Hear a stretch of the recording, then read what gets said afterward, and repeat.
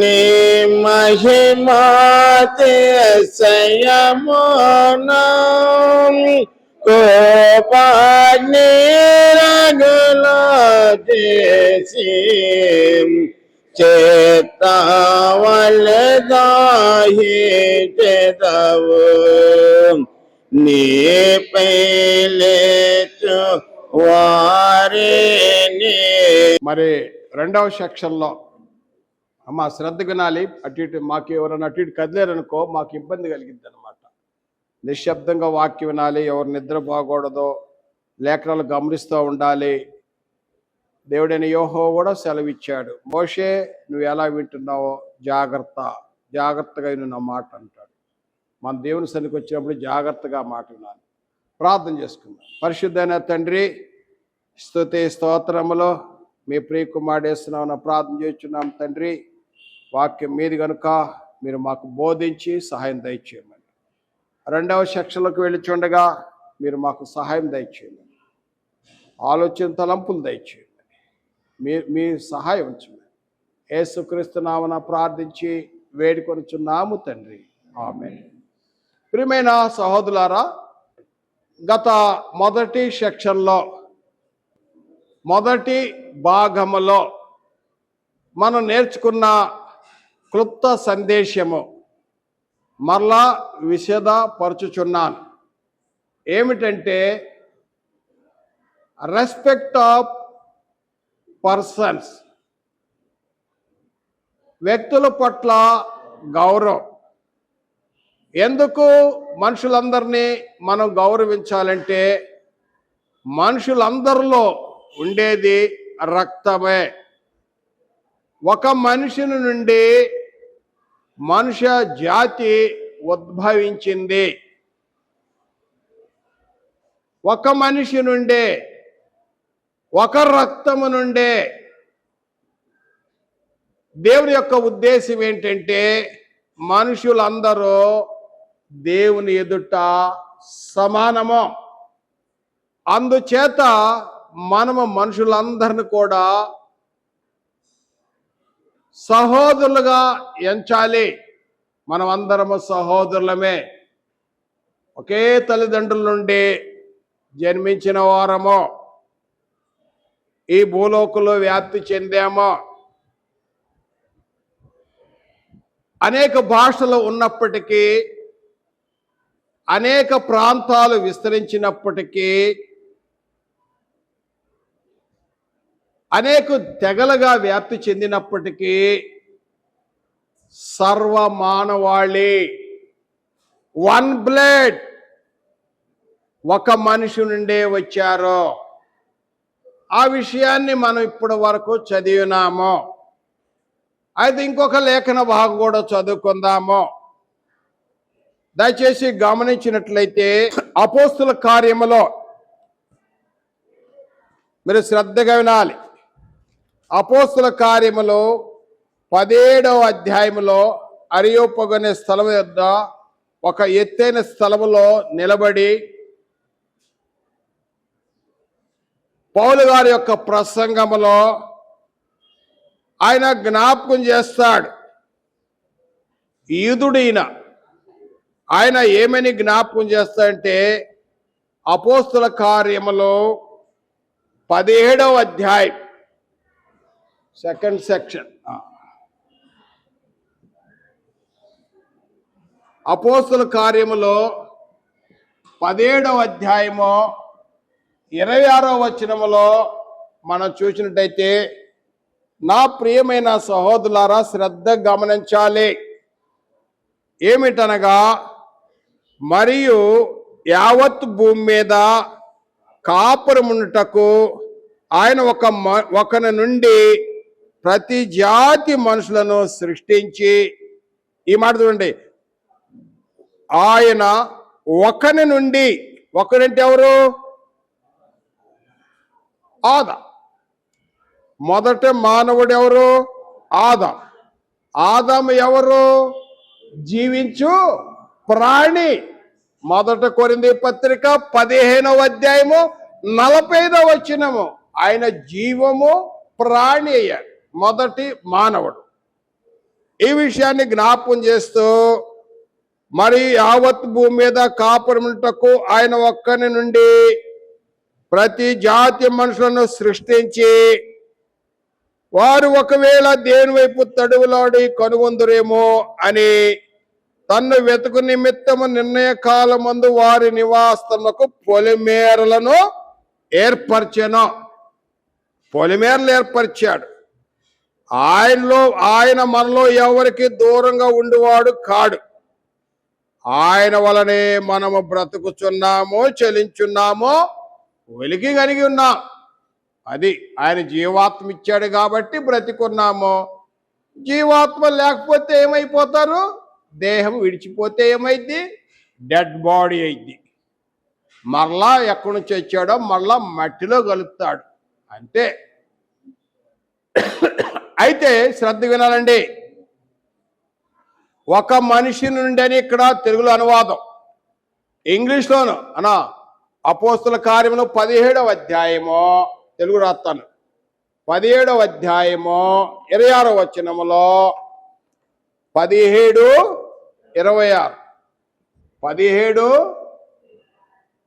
17:26వ వచనములో అదే ఇంగ్లీష్లో ఏముందంటే, ఇంగ్లీష్లో కూడా చదువుతాను, మీరు శ్రద్ధగా వినండి. నేను నిదానం చదువుతాను. అపోస్తుల కార్యములు 17వ అధ్యాయం 26వ వచనం. And he has made from one blood every nation of men to dwell on all the face of the earth. అంటే వన్ బ్లడ్ అని రాయబడి ఉంది ఇంగ్లీష్లో. ఒకే బ్లడ్, అందుకనే ఇందాక నుండి చెబుతుంది ఒకే బ్లడ్. సర్వ మానవాళి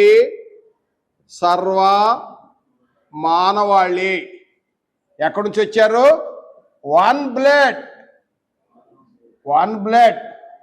ఒక మనుషుడు నుండి, ఒక మనుషుడు, ఈ మనిషి నుండి అవ్వ వచ్చింది. జీవం గల ప్రతి వానికి తల్లి అయిపోయింది. ఒక మనుష్యుడు నుండి. కాబట్టి ఇక్కడ గమనించాలి, ఈ ఒక్క మనుషుడే ఆ వచ్చిన జలప్రళయం తర్వాత వచ్చిన వాళ్ళు. జలప్రళయం అంతా ఉన్నావు అక్కడ, ఆదం వాళ్ళందరూ అక్కడ మునిగిపోయారు. రెండవ జనరేషన్ వచ్చేసింది, నోహౌస్ అంతా. అప్పుడు భాషలు వచ్చేసినాయి, అనేక భాషలు తారుమారైపోయినాయి. 11వ అధ్యాయము 9వ వచనములో. ఇక భూలోకం అంతా వ్యాప్తి చెందారు. ఆ వచ్చిన జనాంగం భూలోకం అంతా ఎన్ని వేల సంవత్సరాలైనయో మీరు లెక్క పెట్టండి. ఆ లెక్క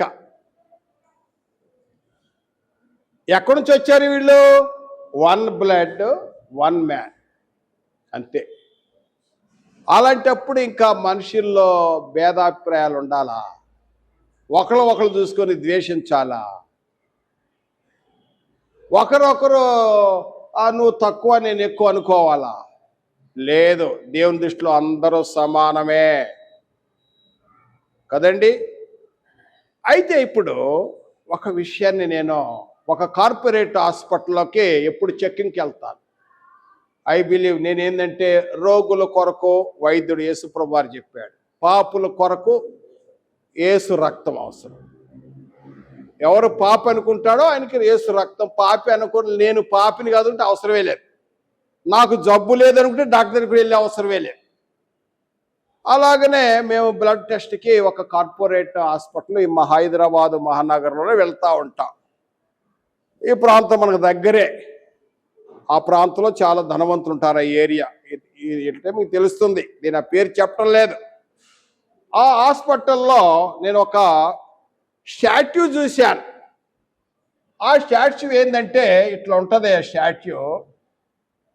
ఆ స్టాట్యూలో చూసినది నా ప్రియమైన సహోదరు, మీరు చూడండి, అక్కడికి వెళ్ళినప్పుడు ఆ స్టాట్యూ ఇట్లా ఉంట కనపడింది, చెయ్యి ఇట్లా ఉంటుంది అనమాట. దానిలో మీనింగ్ ఏంటంటే, అక్కడ మొట్టమొదటి అర్థం కాదు, మీకు కావాలని నిలబడి చూడండి. అక్కడ స్టాట్యూలో ఇక్కడ బ్లూ కలరు వచ్చేసింది. తర్వాత ఇక్కడ గ్రీన్ కలర్ కూడా ఉన్నది. తర్వాత చూసినట్టయితే ఎల్లో కలర్ కూడా ఇలా గీసారు అనుకుందాం. తర్వాత ఇంకా బ్లాక్ కలర్ కూడా. ఇక మనుషులకి ఎన్ని కలర్లు ఉంటాయో మనుషులు ఆయా ప్రాంతాల్లో అర్థమవుతుందండి. మనుషులకి ఎంతమంది కలర్లు ఉన్నారో, ఎంతమంది కలర్ ఉంటారు? తెల్లవాళ్ళు ఉంటారు, అమెరికా వాళ్ళు తెల్లగా ఉంటారు, జర్మనీ వాళ్ళు పచ్చగా ఉంటారు కదండి, ఆఫ్రికా వాళ్ళు నల్లగా ఉంటారు, నల్ల బంగారం వాళ్ళు, ఇంకా ఇంకా ఎవరు శ్రీలంక వాళ్ళు వేరు, ఇండియన్స్ వైట్ పీపుల్, దీని అంటారు వీట్ పీపుల్, గోధుమ కలర్ ఉంటాం మనము, అది ఎర్రగా ఉంటాం అనమాట. Different colour. అంటే ఇక్కడ ఆ యొక్క స్టాట్యూలో ఇన్ని రంగులు, ఎన్నో రంగులు ఉన్నాయి. భూలోకంలో ఎంతమంది రంగులు కలిగిన మనుషులు చర్మం మీద ఆ ప్రాంతాలను బట్టి రంగులుగా తయారవుతారు కదండి. హిమాలయ పర్వతాల్లో కొన్ని రోజులు ఉండొచ్చేది తెల్లగైపోతాం. అదేవిధంగా ఎండ ప్రాంతాలుంటే నల్లగైపోతాం. అదేవిధంగా ఏ ప్రాంతాలను బట్టి కలర్ వచ్చేస్తారు. భూలోకంలో నలుదిక్కులో ఎన్ని కలర్ మనుషులు ఉన్నారో అన్ని కలర్లు ఈ యొక్క స్టాట్యూకి గీసి ఉన్నాయి. అక్కడ చేతులు ఇటు వెయిట్ చేయడం, అది ఆ చేతులు ఏమన్నంటే వైద్యం కనపడుతుంది. వైద్యం అంటే భూలోకంలో వ్యాప్తి చెందిన ఎంతమంది మానవ జాతి ఆయా ప్రాంతాల్లో, ఆఫ్రికా కావచ్చు, అమెరికా కావచ్చు, శ్రీలంక కావచ్చు, ఇంకెన్ని దేశాలు ఉన్నాయో అందరూ ఆ రంగులు కలిగిన చర్మం, రంగులు కలిగిన వాళ్ళందరూ కూడా ఇక్కడికి వైద్యం వస్తారు. ఇక్కడ అందరికీ వైద్యం జరిగిద్ది. ఆ యొక్క తాత్పర్యం అది అందరికి అర్థం కాలేదు. అక్కడ అడిగాం, ఏం సార్ దీని యొక్క తాత్పర్యం చెప్తారా అని అడిగాం. ఏందో సార్ అడుగుతారు, మాకు కూడా తెలియదు అన్నారు. అక్కడ అర్థం ఏంటి? భూలోకంలో వ్యాప్తి చెందిన ప్రతి మానవుడు ఎన్ని చర్మ రంగులు ఉన్నప్పటికీ ఇక్కడికి వచ్చి కామనగా వైద్యం జరిగిద్ది. ఎన్ని రంగులు చర్మ రంగులు ఉన్నప్పటికీ అందరిలో ప్రవశించేదేంటి? రక్తము మనుషునికి ప్రాణము. ఒకళ్ళ రోగిగా నువ్వు హాస్పిటల్ వస్తే వాళ్ళు ఫస్ట్ చెక్ చేసేది ఏంటన్నా? Blood test. రంగులు బట్టి టెస్ట్ చేయరు. తెల్లవాళ్ళని ఇంకొక ఏదో టెస్ట్ చేయరు. అంతే కదన్నా దైవుడన్నా, అంతేగా చేసేది. అందరికి కామన్ టెస్ట్ ఏముంటుంది? బ్లడ్. వన్ మ్యాన్ నుండి వచ్చారు. అలాంటప్పుడు ఇంకా ద్వేషాలు ఎందుకండి, కక్షలు ఎందుకు? Respect people. నువ్వు తక్కువ వాడాడు కూర్చో, నువ్వు అక్కడ వాడు ఆడ కూర్చో, అది కాదు బైబిల్ చెప్తుంది. సాధారణంగా మనుషులు ఏం చేస్తారు? మూటలు చూసి, అమ్మా వినాలి, మూటలు చూసి పీటలేస్తారట. యాకోబు భక్తుడు అదే చెప్తున్నాడు. యాకోబు పత్రిక 2వ అధ్యాయంలో, నా ప్రియ సహోదరులారా, ధనవంతుడు వచ్చి ఉంగరాలు పట్టుకొని ఖరీదుగల వస్త్రాలు వస్తే రా అని ముందు కూర్చోబెడతావు, పేదోడు వచ్చి కూర్చుంటే నువ్వు వెనక కూర్చో, లేకపోతే నా పాదాల దగ్గర కూర్చోట. అలా ఉండకూడదు. విశ్వాసంలో మనం అందరం ఒకటే. యాకోబు పత్రిక 2వ అధ్యాయము 5వ వచనం, ఈ లోకంలో విశ్వాసమందు ఉన్నవారు దరిద్రులైనప్పటికీ ఆత్మ సంబంధంలో మీరు గొప్ప ఐశ్వర్యవంతులో, గొప్ప భాగ్యవంతులో. ఈ విషయాన్ని మర్చిపోకూడదు. యాకోబు పత్రిక 2:5 అంటాడు. కాబట్టి ఇప్పుడు వరకు ఒక భాగంలో మనం ఏం తెలుసుకున్నామంటే, మనుషులందరూ వన్ బ్లడ్, ఒక మనిషి నుండి వచ్చిన వాళ్ళు.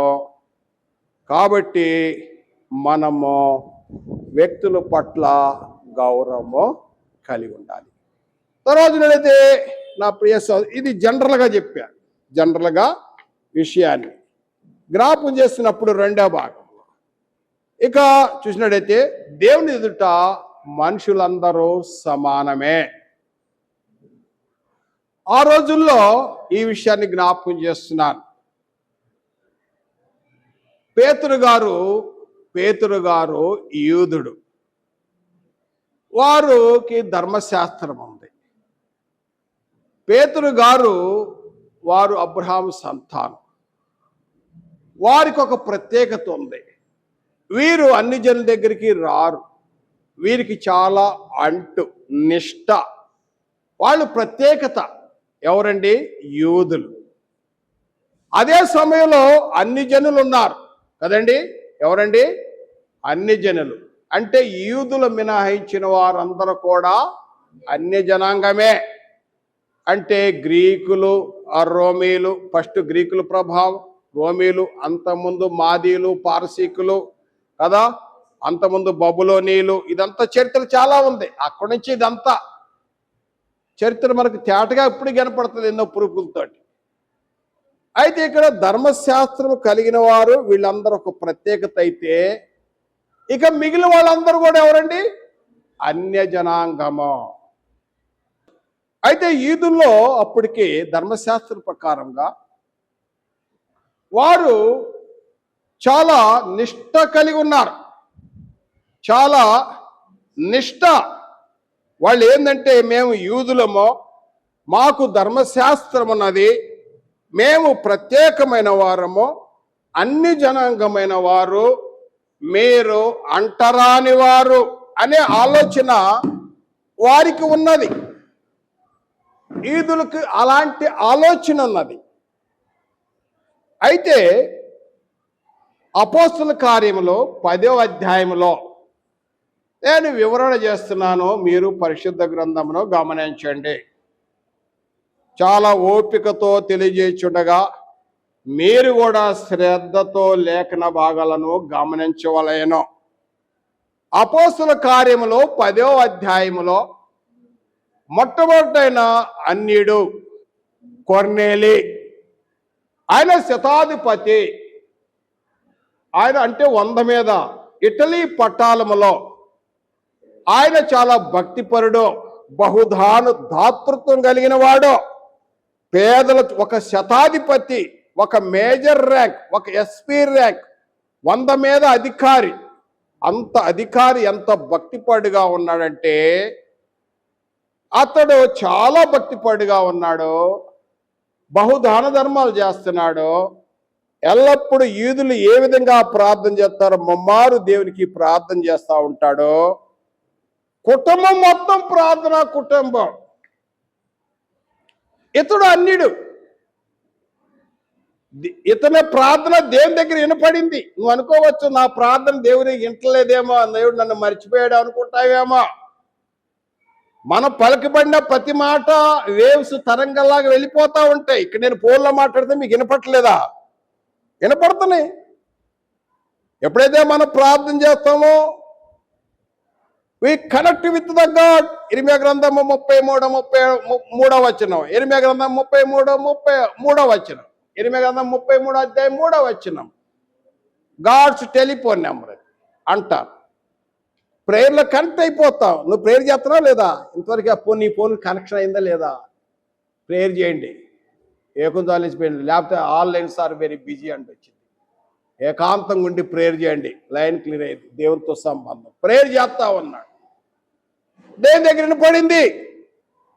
పేతురు గారి దగ్గర చెప్పాడు, దర్శనం చూపించాడు, తెలుసుకున్నాడు. పేతురు గారు వచ్చేసాడు. పేతురు గారు మనుషులతో సమాచారం అందగానే వచ్చేసాడు. ఇక్కడ నేను త్వరగా వస్తున్నాను. ఏం జరిగింది? ఈ కొన్నేళ్ళు ఏం చేశాడు? ఇంటి దగ్గర సర్దిగనాలి, ఇంటి దగ్గర ఒక పెద్ద మీటింగ్ చేశాడు. ఒక మేజర్ ర్యాంక్, ఒక ఆఫీసర్ ర్యాంక్, ఒక పెద్ద ఉన్నప్పుడు ఎంత పెద్ద మీటింగ్ అయింది. అయ్యా ఒక మీటింగ్ ఏర్పాటు చేయటం ఎవరు లేదు సార్, 2-3 ఉన్నారని చెప్పలా. కొన్నేళ్ళు అనేక మందిని పిలిచి గ్యాదర్ చేశాడు. అనేక మంది హాల్ అంతా నిండిపోయింది. కొన్నేళ్ళు ఇంట ప్రేయర్ మీటింగ్. పేతురు గారు మాటలు వినటానికి అపోస్తల కార్యం 10వ అధ్యాయము 22వ వచనంలో నీ యొక్క మాటలు వినటానికి ఇక్కడ ఉన్నాం, 32, 33 వచనంలో దేవుని ఎదుట నువ్వు ఏం మాటలు చెప్పాలని వినటానికి సమాజంతో కూడున్నారు. కూడినప్పుడు పేతురు గారు వచ్చాడు. వాస్తవానికి అన్ని జల్లింట రారు యూదులు అన్ని జల్లింటికి రారు, వాళ్ళు వస్తువులు కూడా ముట్టుకోరు. కొద్దిగా నేను బయటకు వస్తున్నాను. ఏంటంటే అప్పుడు సమరయ స్త్రీతో యేసు ప్రభు వారు ముచ్చట వస్తుంది కదా. నీళ్లు అడిగాడు తాగటానికి సమరయ స్త్రీతోటి యాకోబు బావి దగ్గర. అప్పుడు ఆ స్త్రీ ఏముంటది, నువ్వు యూదుడు, నేను సమర, మీకు మాకు సాంగత్యం లేదే, మా ఇళ్ల దగ్గర నీళ్లు తాగరే, మా వస్తువులు ముట్టుకోరే, మమ్మల్ని మీ గుడి దగ్గరికే రానిలేదు కదా, అందుకోసమే కదా మేము ఆ గెరేజం కొండ మీద అక్కడ ఆరాధన చేస్తున్నాము, మీరు యెరూషలేములో ఆరాధన చేస్తున్నారు, మమ్మల్ని మీరు అంటరాని మరగా చూస్తారు కదా. అంటే అమ్మా, ఒక కాలం వస్తుంది, ఎప్పుడు ఆ దేవాలయం కాదు, ఆ కొండ మీద కాదు, ఇప్పుడు కొండలెక్కే అవసరం లేదు, దేవాలయಕ್ಕೆ వెళ్ళే అవసరం లేదు, ఇప్పుడు దేవాలయం వెళ్ళలేదు, ఎక్కడైతే 2-3 కూడి ఉంటారు అక్కడే ఆరాధన ఉండే కాలం వస్తుందమ్మా అని, దేవాలయం కంటే గొప్పవాడు వచ్చాడు మీ ఎదుటున్నాడు అని యేసు ప్రభువు చెప్పాడు. అప్పుడు అంత అంటరాని తనం ఉంది ఆ టైంలో. యూదుడైన పేతురు గారు కొన్నేళ్ళింటి వచ్చేసరికి అసలు వెళ్ళటానికి వీల్లేదు, కానీ దేవదర్శన ప్రకారం వెళ్ళాడు. వెళ్ళినప్పుడు అక్కడ వచ్చాడు, వచ్చి ఏమంటున్నాడంటే ఇక్కడ చూశాడు, వచ్చి ఇక్కడ నుంచి వచ్చాడు. కొన్నేలు గారు రిసీవ్ చేసుకున్నారు, వచ్చాడు. వాళ్ళందరూ కలిసి కొన్నేలు గారు అదే పేతురప్ప గారు ఇద్దరు వచ్చి ఇటు చూశాడు. జనులందరూ ఇట్ట కూడి ఉంటాం చూసి ఆశ్చర్యం చెందాడు. అప్పుడు అంటాడు, అపోస్తల కార్యములు 10వ అధ్యాయము 28వ వచనం అంటాడు, 10వ అధ్యాయం 20వ వచనంలో అప్పుడు చదవనా, అప్పుడు అతడు అన్ని జాతి వానితో నేను సహవాసం చేయటైనను అట్టి వాణ్ణి ముట్టుకుంటేనను యూదునికి తగదు, మీకు తెలియను. అయితే ఏ మనుషుడు నిషేధింపదగిన వాడు కాడు. అసలు ముట్టుకోకూడదు అన్న అర్థమైందా, ముట్టుకోకూడదు, అంటరాని వాడని ఎంచకూడదు. దేవుడు నాకు బయలుపరిచాడు, అన్టచబిలిటీ ఈజ్ క్రైమ్, ఇది నేరమని నాకు దేవుడు చెప్పాడు. ఏ మనుషుడు నిషేధింపదగిన వాడు కాడు, ఏ మనిషిని భేదం పెట్టుకోవద్దు, నాకు దేవుడు బయలుపరిచాడు. ఎందుకంటే ఎవరో యూదుడైన పేతురు గారు అన్ని జనుడైన కొన్నేళ్ళ ఇంటికి వచ్చి ఈ మాట చెప్తున్నారు. సరే, ఇక వాళ్ళ దగ్గరికి రాగానే అంతకుముందు వాళ్ళు అసలు ఇంటికి రారు, వాళ్ళు వస్తువుని ముట్టుకోరు. అలాంటిది ఏం జరిగింది, ఆ మీటింగ్ అయిపోగానే భోజనం చేశారు. తర్వాత వాళ్ళతో కలిసి భోజనం చేశారు. చేయగానే 11వ అధ్యాయంలో మొదటి 2 వచనాలు ఏం జరిగింది, ఇక్కడ పేతురు గారు వచ్చి అన్ని జనులతో కలిసి భోజనం చేస్తుంటే అక్కడ యెరూషలేములో వార్త అందింది. ఇది ఎక్కడ కైసర ప్రాంతం నుండి ఎక్కడన్నా మీరు శ్రద్ధగా అబ్బాయి, మీరు వినకపోతే శ్రద్ధగా గమనించండి. మెసేజ్ ఇక్కడ వర్తమానం వినాలి. ఏంటంటే ఇక్కడ జరిగిన మీటింగు యెరూషలేములో పడింది. ఈయన పోయి పేతురప్ప గారు ఈయన సున్నతి పొందినవాడు అన్ని జనుల దగ్గరికి వెళ్ళి భోజనం చేస్తున్నాడు. అన్ని జనుల దగ్గరికి భోజనం చేస్తున్నాడు. మనం ఎంత ప్రవిత్తత, మనం అసలు యూదులము దూరం ముట్టుకోకూడదు, చాలా నిష్ట, మనకు ధర్మశాస్త్రం ఉంది, మనకు ఇవన్నీ బలులు అర్పణలు ఇవన్నీ మనకి ఈ కార్యాలు చేస్తాం, మన ప్రత్యేకమైన వాళ్ళు. మోషే మనకు ధర్మశాస్త్రం ఇచ్చాడు, మనం అబ్రహాం సంతానం, మనకు ఎన్ని వాక్యాలుంటే అన్ని దేనికి వెళ్ళి భోజనం చేస్తావా నువ్వు, చేయకూడదు కదా అని అపోస్తులు అక్కడ కారాలు మేరాలను వాడుతున్నారు. 11వ అధ్యాయంలో మొదటి 2 వచనాల్లో చెబుతూ, అయ్యా జరిగిన సంగతి ఇది, మనలాగే వాళ్ళకు కూడా దేవుడు సమానంగా వరం ఇచ్చాడు, నాకు దర్శనం ద్వారా తెలిసింది, కాబట్టి వాడిని అడ్డగించుటకు నేను ఏ పార్టీ వాడనండి. అన్ని జనులు నువ్వు దేవుని దగ్గర రావద్దని చెప్పడానికి నేను ఏ పార్టీ వాడిని? మనతో ఈక్వల్ అయ్యారు. ఈక్వల్, సమానము. ఏ భేదం పెట్టుకోవద్దు. దేవుడు నాకు బయలుపరిచాడు. అన్ని జాతీయులతో సహవాసం చేయటైనను, ముట్టుకొనుటైనను అది నేరమని దేవుడు నాకు బయలుపరిచాడు. ఏ మనుషుడు నిషేధింపదగిన వాడు కాడు. అపోస్తల కార్యం 10వ అధ్యాయము 28వ వచనం చదివినాము. అప్పుడు ఏం చెప్తున్నాడు? అప్పుడు అయ్యారు మీరు దేవుడు మీకేం చెప్తున్నాడో చెప్పండి అన్నప్పుడు పేతురు గారు నోరు తెరిచి ఈ విధంగా ప్రసంగించాడు. ఏం ప్రసంగించాడు? 34లో దేవుడు పక్షపాతి కాడని నిజముగా తెలుసుకొని ఉన్నాను. 36లో యేసుక్రీస్తు అందరికీ ప్రభువు. యేసుక్రీస్తు అందరికీ ప్రభువు. ఎవరో ప్రార్థన చేసే వాళ్ళకే కాదు, లేకపోతే ఆ తెగలకే కాదు. యేసుక్రీస్తు అందరికీ ప్రభువు. దేవుడు పక్షపాతి కాడు. దేవుడు అందరికీ ఉపకారి. అందరి మీద వర్షం కురిపిస్తున్నాడు. అందరి మీద సూర్యకాంతి ఉదయం చేస్తున్న అందరూ సమానం చూస్తున్నప్పుడు నువ్వేంటయ్యా తక్కువ ఎక్కువ అంటావు? పేతురుకు చెప్పేశాడు. అక్కడ పోయి పెద్దలకి ఎక్స్ప్లెయిన్ చేశాడు. అప్పుడు అంటాడు 11వ అధ్యాయం 17వ వచనం చదవండి అన్న. 11వ అధ్యాయం 17వ వచనం. 11వ అధ్యాయం అపోస్తల కార్యం ఏది చదువుతున్నాను? అపోస్తల కార్యములు 11వ అధ్యాయము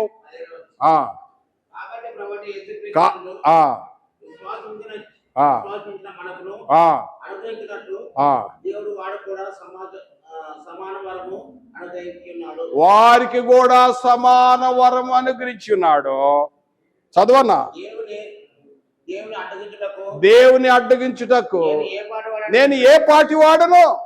వాళ్ళని అడ్డగించడానికి నేనేనండి. దేవుని దగ్గరికి వచ్చేవాడిని అడ్డగించడానికి నేనేవరనే? వెళ్ళొద్దంటానికి నేనేవరనే? మనతో వాళ్ళు ఈక్వల్ చేసినప్పుడు నువ్వు అంటవారు అని అంటావు, దూరంగా ఉంచాలంటావు. మన యూదులము, వాళ్ళు అన్ని జనులు అంటావు. వాళ్ళతో కలిసి భోజనం చేయొద్దు అంటావు. వాక్యం చెప్తే మాటలు చెప్తే ఏ సమస్య రాలేదు, కానీ భోజనం చేసినందుకు వచ్చింది ఆ సమస్య.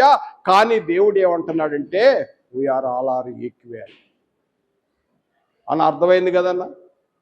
ఈ విషయం తెలుసుకోవాలి. దేవుని దృష్టిలో మనుషులందరూ ఒకటే. కాబట్టి మరలా ఇంకా జ్ఞాపకం చేస్తున్నారు, మనం అందరం ఒక తండ్రి బిడ్డలమే. మనకు దేవుడు ఒక్కడే. మలాకి గ్రంథము 2వ అధ్యాయం 10వ వచనం కూడా చదవండి. నేను త్వరగా వస్తున్నాను. మలాకి గ్రంథము 2వ అధ్యాయం 10వ వచనం చదవాలి. మీరు లేఖనాలు పరిశోధన చేయాలి. ముచ్చట చేస్తే మీకేం అర్థం కాదు. లేఖనాలు గమనించండి. మలాకి గ్రంథము 2వ అధ్యాయం 10వ వచనం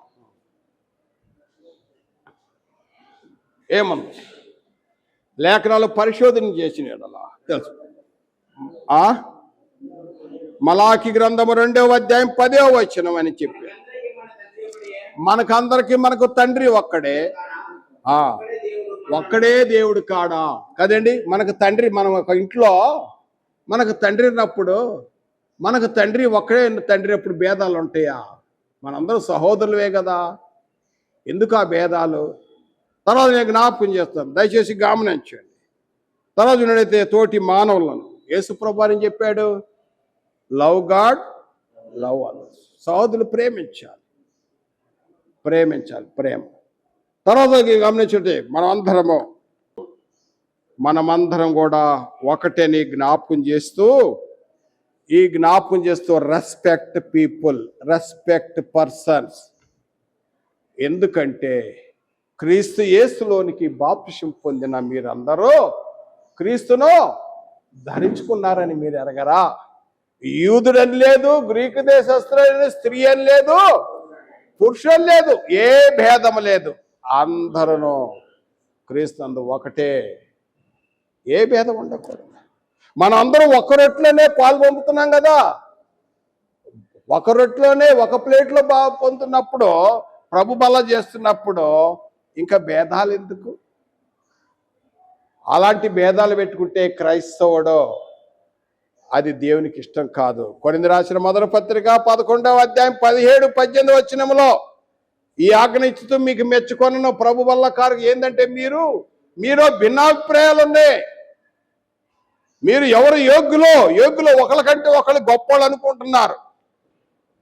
అలాంటి భేదభావాలు రొట్టె ద్రాక్ష తీసుకున్నప్పుడు భేదాభిప్రాయాలు ఎలా ఉంటాయి? భేదాభిప్రాయాలు ఉండకూడదు క్రైస్తవులు. కాబట్టి మనమందరం సహోదరులము, ఐక్యత. We respect people. సహోదరులందరూ ఐక్యత, రెస్పెక్ట్ కదండి. ఈరోజు మీరు ఎంత వాక్యం ఉన్నారో నాకు తెలియదు. నేను మిమ్మల్ని విసిగించి బలవంతం చెప్పినట్టు వాక్యం ఉందా, లేకపోతే సత్యమైన వాక్యం చెబుతానని మీరే గమనించండి, మీకు మీరే తెలుసుకోండి. యేసుప్రభువు వారు చెప్పాడు లోకాసువార్త 17వ అధ్యాయం 3వ వచనంలో, మీకు మీరే తెలుసుకోండి ఇది ఎంతవరకు యథార్థమో. మనకు తండ్రి ఒక్కడే కాడా, మనకు దేవుడు ఒక్కడే కాడా, ఒకటే బ్లడ్ కాదా, ఒకే మనుషుండి రాలేదా, ఒక మనుషుండే ఇంతమంది వచ్చినప్పుడు ఇంకా నీకు ఎందుకు ద్వేషం? ఒక రొట్టెలో పాలు పంచున్నాం ఎందుకు? కాబట్టి మనం అందరినీ వ్యక్తిగతంగా గౌరవించాలి, అధికారులు గౌరవించాలి, ప్రభుత్వాలు గౌరవించాలి, వృద్ధులు గౌరవించాలి, ప్రతి మనిషిని గౌరవించాలి. Respect of persons. దేవునితో అందరూ సమానమే. ప్రార్థన చేసుకుందాం. ప్రార్థన. మహాపరిశుద్ధైన తండ్రి, స్తుతి స్తోత్రములు. వాక్యం మీద కనుక మీరు ఇప్పటి వరకు మాతో మాట్లాడారు. మేము మనుషులందరూ సమానమే, అందరిని గౌరవించాలి, ఇతరులు కూడా యోగులుగా ఎంచాలి. ఒకరిని చూసి ఉన్న స్థాయిలో కూర్చోబెట్టడం, పేదవాళ్ళు చూసి దూరంగా ఉంచటము అలాంటిది చేయకూడదని యాకోబుకు కూడా సెలవిచ్చాడు. తోటి మానవులను తోటి సహోదరులుగా ఒక రక్తం నుండి వచ్చిన వారమే అనేక ప్రాంతాలు వ్యాప్తి చెందినప్పటికీ ఆయా ప్రాంతంలో క్రీస్తు రక్తంలో కడగబడిన వారందరూ, యూదుని లేదు, గ్రీకేస్తు లేదు, నల్లవాడని లేదు, తెల్లవాడని లేదు, ఆ ప్రాంతం ఈ ప్రాంతం ఏ భేదం లేకుండా క్రీస్తు అందు ఒక్క శరీరంగా చేర్చబడ్డాం. అది క్రీస్తు రక్తం ద్వారా మేము మరలా సమాధానపరచబడ్డాం. ఈ యొక్క సత్యాన్ని తెలుసుకున్నాం. ఈ వర్తమానం అనేక మందికి అందుటకును అందరం మేము మాలో ఎలాంటి భేదాభిప్రాయాలు లేకుండా ఒకరినొకరు గౌరవించేవారుగా, ఒకళ్ళొకరు ప్రేమించేవారుగా, ఒకళ్ళొకరు సన్మానించేవారుగా మేముంటకు, మా లోపాలు ఏమైనా లోటు ఉంటే సరిదిద్దుకుంటకు సహాయం దయచేయండి. యేసు నామమున ప్రార్థించి వేడుకొనుచున్నాము తండ్రి. ఆమేన్. వందనాలండి.